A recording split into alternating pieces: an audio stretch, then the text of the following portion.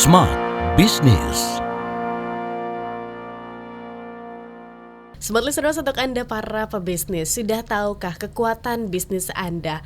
Mungkin di tengah lautan bisnis yang sangat beragam sekarang, apalagi untuk Anda yang bergerak di bidang online begitu ya, masih bingung ya, saya mah jualan aja Mbak Tasya. Tapi apakah iya demikian? Penting gak sih untuk kita tahu kekuatan bisnis yang kita miliki? Di kesempatan kali ini, Podcast Smart Business akan bahas itu semua bersama dengan narasumber saya. Beliau adalah founder dari Helios Capital sekaligus dosen ekonomi dari Universitas Tarumanagara. Halo Pak Hadi Cahyadi. Halo Mbak Tasya, terima kasih diundang. Senang sekali. Terima kasih hadir, sudah datang di kesempatan kali ini karena kita mau tahu nih, gimana sih caranya agar kita tuh tahu nih Pak Hadi kekuatan bisnis yang kita miliki. Karena gini, sekarang bisnis sudah luar biasa banyak begitu ya. Dari A sampai Z kayaknya udah ada gitu. Dari food and beverage aja nih, walaupun beda-beda, tapi kayaknya apa yang menonjol dari bisnis yang saya miliki itu masih menjadi sebuah kerancuan. Seberapa penting untuk kita tahu bahwa kekuatan yang kita miliki di bisnis yang kita jalani, Pak Hadi? Oke.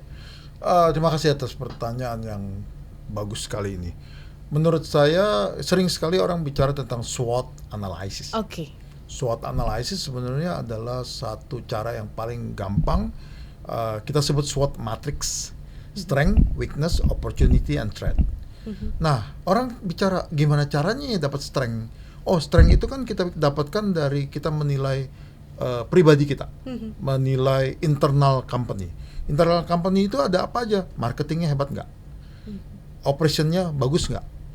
Finance-nya kuat nggak? Kemudian human resources-nya mumpuni nggak? Nah, 4 hal itu udah cukup untuk kita menganalisa. Dan masing-masing harus ada matriks yang kita kejar. Marketing, matriksnya apa? Bagaimana kita cara kirim kita secepatnya, karena produk marketing itu product, place, promotion segala itu ya. Dan kemudian finance, yaitu ROI, net profit, dan itu kita ukur. Itu ada matriks sendiri, ada metrik-metriknya sendiri. Nah, kok bisa dapat strength, Pak Hadi? Kok bisa dapat weakness? Karena kita bandingkan quarter 1 dengan quarter 2. Quarter 1 sekarang dengan quarter 2024. Kalau kita melemah berarti itu jadi weakness. Tapi kalau kita membaik menjadi strength. Atau kita compare dengan peers kita. Misalnya kita pemain properti, hotel, dan mall, kita bandingkan juga properti yang hotel dan mall. Jangan kalau kita properti, tetapi kita langsung generalisasi, kita bandingkan dengan properti-properti lain. Nah, itu cara kita membandingkan apakah kita strength atau weakness. Nah, kemudian ada lagi, kalau kita technical lagi namanya competitive profile matrix, membandingkan diri kita dengan kompetitor kita. CPM itu bagus sekali untuk tahu kita lebih bagus atau tidak, lebih kurang dibandingkan kita punya kompetitor. Tetapi yang paling susah dari CPM, competitive profile matrix, adalah mencari sukses faktornya bisnis kita. Nah, tadi Mbak Tasya kan tanya, kita ini jadi bagus apa enggak? Itu ada kata-kata critical success factor di bisnis apa tadi? Restoran misalnya. Restoran bisa. Kalau kita sekarang AI banyak, tinggal nanya critical bisnis ini sukses faktornya apa sih di restoran? Akan keluar tuh 10 matriks yang kita bisa bandingkan diri kita sama orang lain. Nah, kita dapat tuh strength atau weakness-nya kita. Benar kan? Kalau opportunity, kita belajar dari demografik, kita belajar dari politik, kita belajar dari teknologi, kita belajar dari competition. Di situ kita dapat opportunity atau threat. Nah, setelah kita listen semua, kita mulai bisa dapat apa itu strength kita, apa itu weakness kita, apa itu opportunity yang ada di depan, dan apa ancaman-ancaman yang ada di depan kita. Nah, itu SWOT guna itu tuh. Kalau bisa SWOT matrix itu digunakan dengan baik, akan sangat berguna. Tapi tolong dijalankan dengan seksama sehingga SWOT matrix itu ada gunanya. Gitu.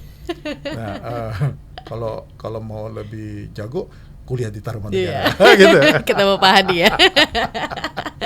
Tapi menarik nih Pak Hadi, di mana SWOT ini penting ya. Ya.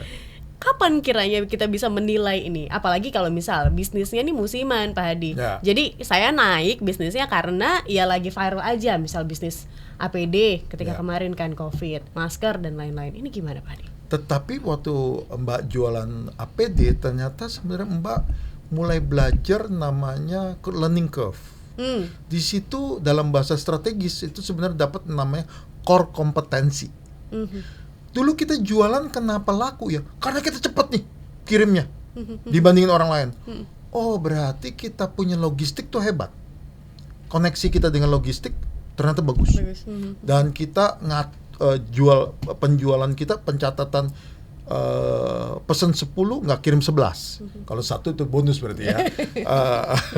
Kirim pesan 10 kirim 9 kan marah customer. Iya. Ternyata salah satu kompetensi kita adalah kita sangat teliti.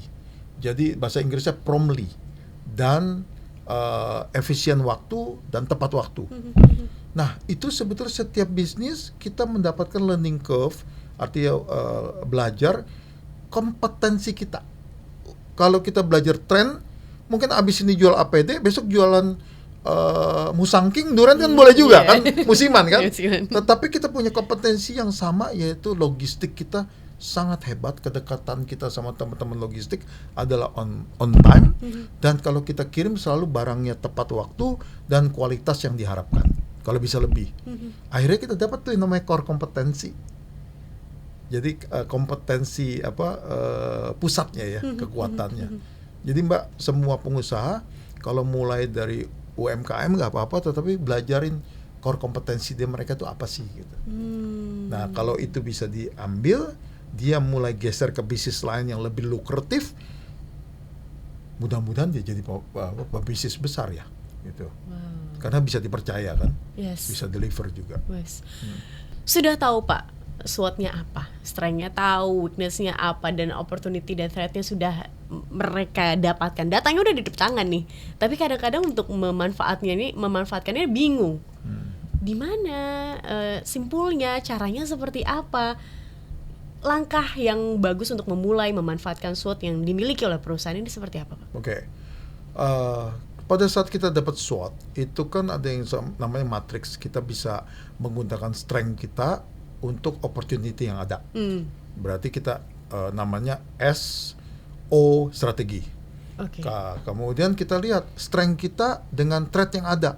Berarti itu ST strategi. Masing-masing kita dapat loh 1-2 strategi yang bagus sekali kalau kita mulai bisa list dengan benar. Kemudian kita lihat weakness kita dan ada opportunity. Kita mengatakan bagaimana kita menutupi kita punya kelemahan tapi menggunakan opportunity yang ada. Nah, itu adalah W dan O strategi. Yang paling ujung ini yang paling kita nggak suka sebetulnya. Ada weakness, ada threat. Bagaimana kita menutupi weakness kita dan mencegah ancaman yang masuk. Nah, semua itu rata-rata kita bisa dapat 4-8 strategi. Setelah kita dapat 4-8 strategi, kita mulai menganalisa mana yang kita bisa execute secara tepat dan mudah dulu. Nah, kita bikin antara urgent dan important mungkin ya. Ini very urgent, ini very important. Nah, itu kita kerjakan. Kalau ini urgent, nggak important, ya kita kerjakan juga. Karena namanya urgent, nggak important ya. Tetapi kalau itu important tapi nggak urgent, mungkin kita kita tunda sebentar. Yang paling bahaya adalah yang nggak urgent dan nggak important. Problemnya pengusaha kecil, kadang-kadang kita stuck dengan kehidupan yang nggak penting dan nggak urgent. Right? Kita di sana masuk, akhirnya kita buang-buang waktu. Menurut saya, tolong setelah kita list semua strategi yang kita ada, kita kerjakan yang very urgent dan very important. Cash flow biasanya, Mbak. I see. Ya, cash flow biasanya. Karena cash flow itu penting. Kalau nggak ada cash flow, akhirnya ngutang jadi bahaya ya. Jadi cash flow is important. Cash flow is everything. It's a blood of the company. Baik. Ya. Ini easy untuk UMKM karena kapalnya masih kecil, Pak Hadi. Betul. Kanan kiri masih bisa nih di adjust gitu kan. Gimana kalau untuk perusahaan besar, Pak Hadi? Yang mungkin sekarang udah ngerasa bahwa aduh kok saya nggak relate lagi nih dengan zaman, udah analisis SWOT-nya tapi masih juga bingung untuk menggerakkan karena kapalnya terlalu besar. Seperti apa, Pak Hadi? Perusahaan besar itu sebetulnya mereka udah punya governance yang rapi sekali. Setahun sekali di bulan November mereka udah bikin target dan budget. Itu yang di small business tidak lakukan. I see. Nah, mereka sudah dari November, Oktober, mereka sudah retreat ke Bandung, jalan-jalan ke Bali.